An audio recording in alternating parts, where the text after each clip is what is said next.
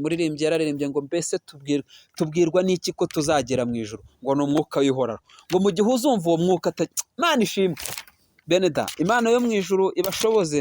N'uwumva utagifite urukundo wongere winginge umwuka wera, umwuka wera aba ari bugufi bwawe, ntabwo ari butinde kukumva. Ariko ikintu kitubwira ko tuzajya mu ijuru, nigeze umuntu yambwira ngo ubundi abarokore kuki mwibwira ko muzajya mu ijuru, ngo ubundi mubyemezwa n'iki? Rero hari umwuka w'ihoraho ujya ubitubwira.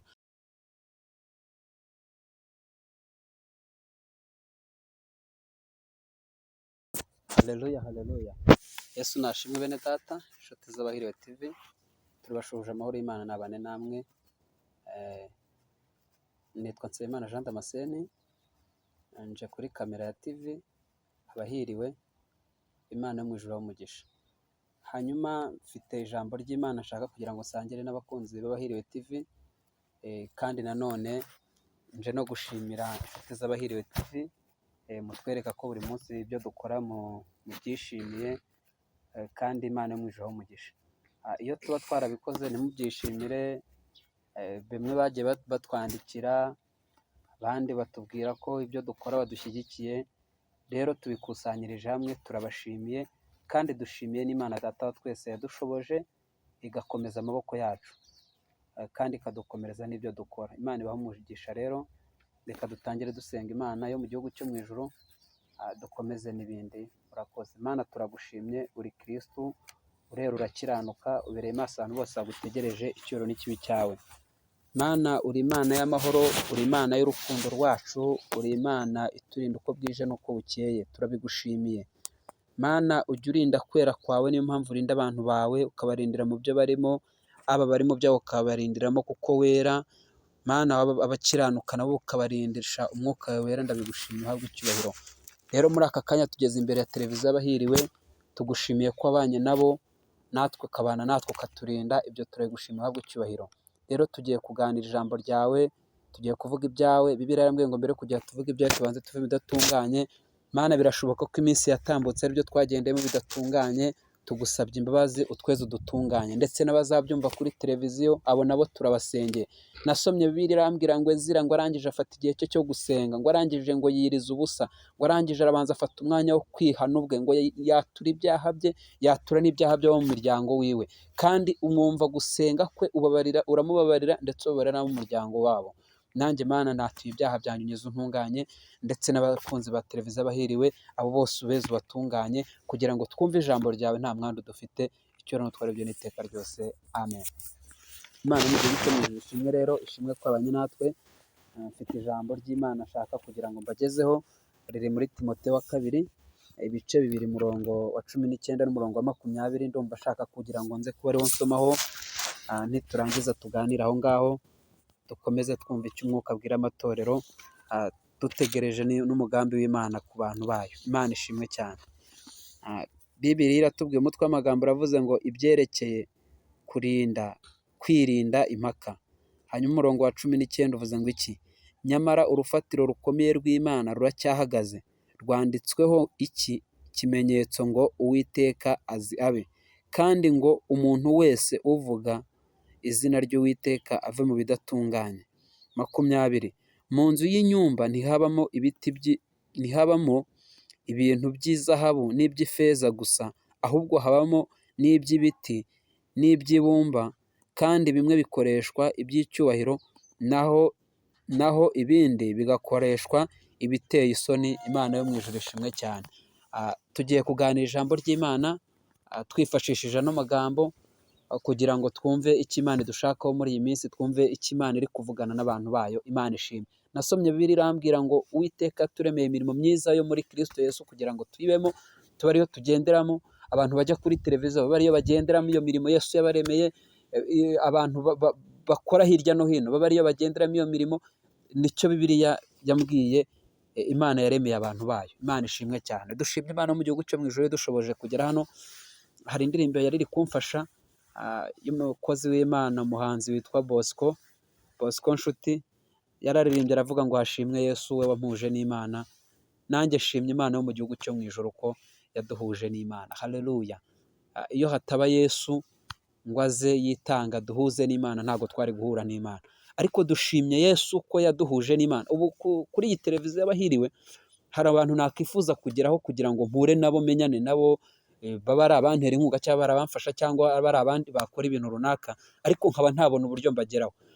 Umuntu akaba aziranye n'abo bantu, akaba ari ku bushobozi bwe afite ari ubwo kureba ibiganiro byacu, agakora like cyangwa subscribe cyangwa agakora n'ibindi bintu bitandukanye, ariko akaba atangiza kuri abo bantu kugira ngo mbashe kuvugana nabo. Ariko dushimye Yesu we yaraje, amaze kuza arabanza dukiza ibyaha, amaze kudukiza ibyaha arangije afata umwanzuro wo kuduhuza n'Imana kugira ngo tutazongera gusubira muri bya bintu. Imana ishimwe cyane. Rero dushimye Yesu, yararembye ngo hashimwe Yesu waduhuje n'Imana. Hari ibitero yaririmbyemo aravuga ngo Imana yo yaraje yivanga muri iyo mibabaro ya Yesu, yivanga mu maraso ya Yesu, yivanga muri ya mazi yo mu rubavu rwa Yesu. Arangije ibyo bintu byose Imana imaze kubyivangamo, niyo mpamvu ngo arangije ntiyaba kitubaraho ibicumuro byacu. Iyo atureba tureba mu maraso ya Kristo. Iyo ari kureba Damascene andebera mu mabaro ya Kristo, akandebera mu maraso ya Yesu, bigatuma rero ambabarira ibicumuro byanjye, bigatuma hari ibintu umuntu akora ntahita apfa, nk'uko bihe byatambutse bya mbere. Niyo dusomye Bibiliya, tugasoma Bibiliya mu isezerano rya kera, hari igihe tujya dusomamo ngo habagaho umutambyi ngo akajya gutamba ngo rimwe mu mwaka. Uwo mutambyi ngo yajyaga ngo afite ibyaha nawe ntiyigeraga avayo, ngo Imana yamutsindaga aho hantu. Bivuze ngo ariko muri iyi minsi niyo mpamvu ubona umuntu ashobora kubwiriza afite ibyo byaha, uwo muntu akahagarara ku ruhimbi agashumba itorero afite ibyo byaha. Ni ukubera ko Imana yaje ikivanga n'amaraso ya Kristo, ikivanga mu mibyimba ye, ikivanga mu kababaro ke, yarangiza iyo rero ibonye uwo muntu niyo mpamvu itajya imwicira hari ahantu, ahubwo imugirira neza ikamubara, igategereza igihe azongera kuza, agaca bugufi, akongera amaraso ya Yesu akamweza. Hari ikindi kintu nahishuriwe mu minsi iri imbere, minsi itambutse, hari akantu nahishuriwe keza numva karandyoheye. Imana irinda kwera kwayo. Niyo mpamvu wowe mwene data uri kunyumva ukabona uri muri rusengero, ukabona uri muri korali, hari ibyaha ukora Imana ntikwice, Imana iracyarinze kwera kwayo. Ukabona uri gucuruza biba abantu, ukabona uracyakomeza urunguka, ukabona ntuhomba, Imana birinze kwera kwayo. Bivuze ngo impamvu mubona abantu turiho uyu munsi twidegembya, tukaba dufite amahoro kandi hari ibintu byinshi bidukora, Imana nuko ikirinze kwera kwayo. Imana ishimwe cyane. Imana irinda kwera kwayo, Imana ntijya ibeshya, ijambo ryayo rirarema. Imana ishimwe cyane. Ka tuvuge ijambo ry'Imana, tuvuge intego y'iri jambo.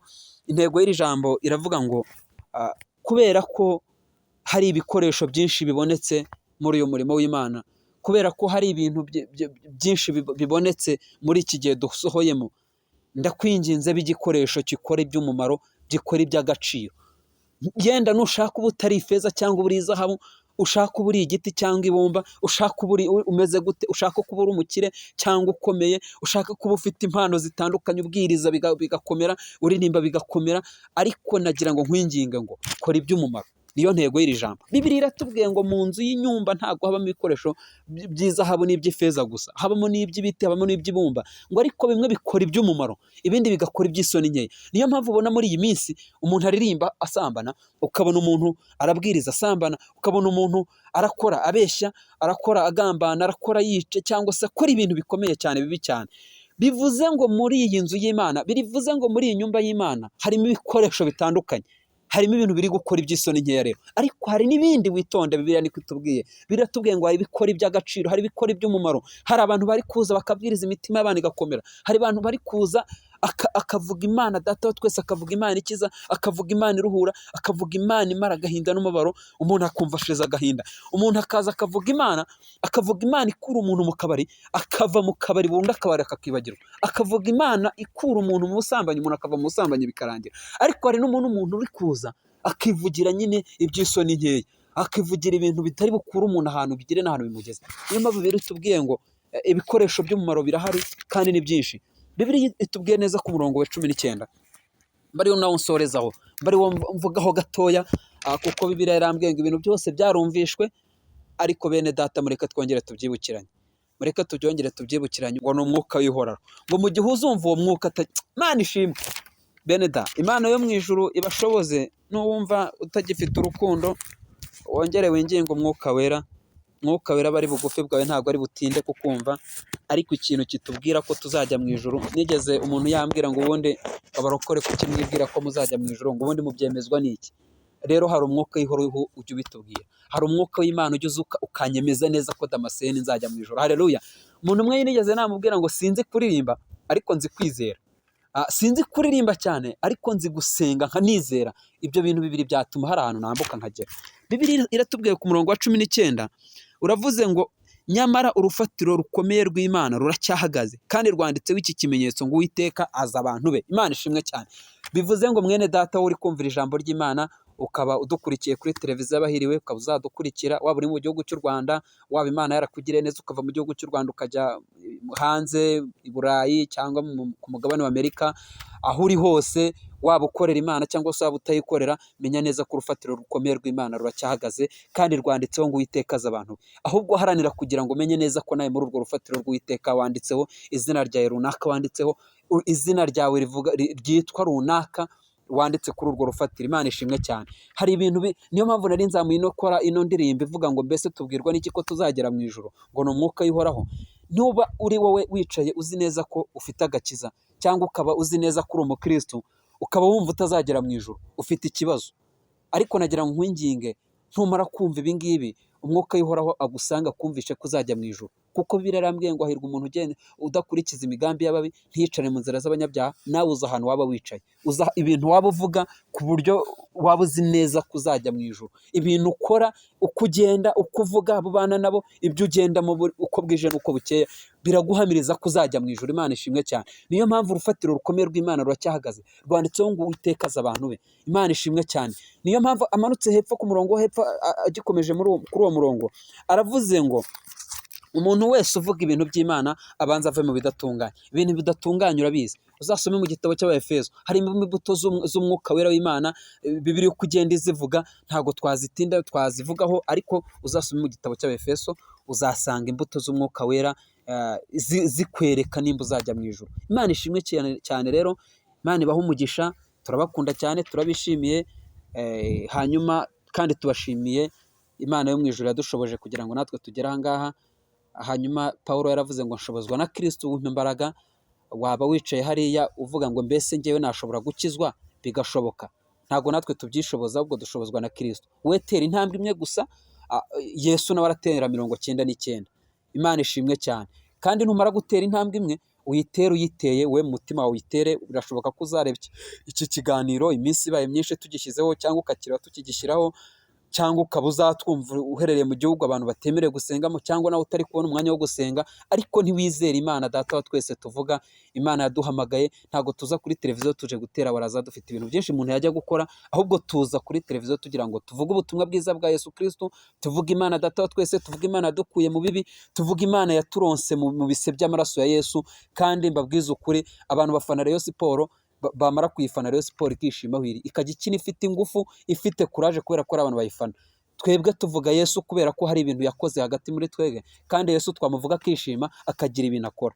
Rero hari ibintu yakoze bituma tugera imbere ya televiziyo dukurikije ku mateka. Birashoboka ko tuzabaho ubuhamya, tukabaha ubuhamya bw'ahantu umuntu yaturutse, ku buryo utekereza na televiziyo kumva ni ikintu kigoranye, ukumva na kamera ntiwayijya imbere.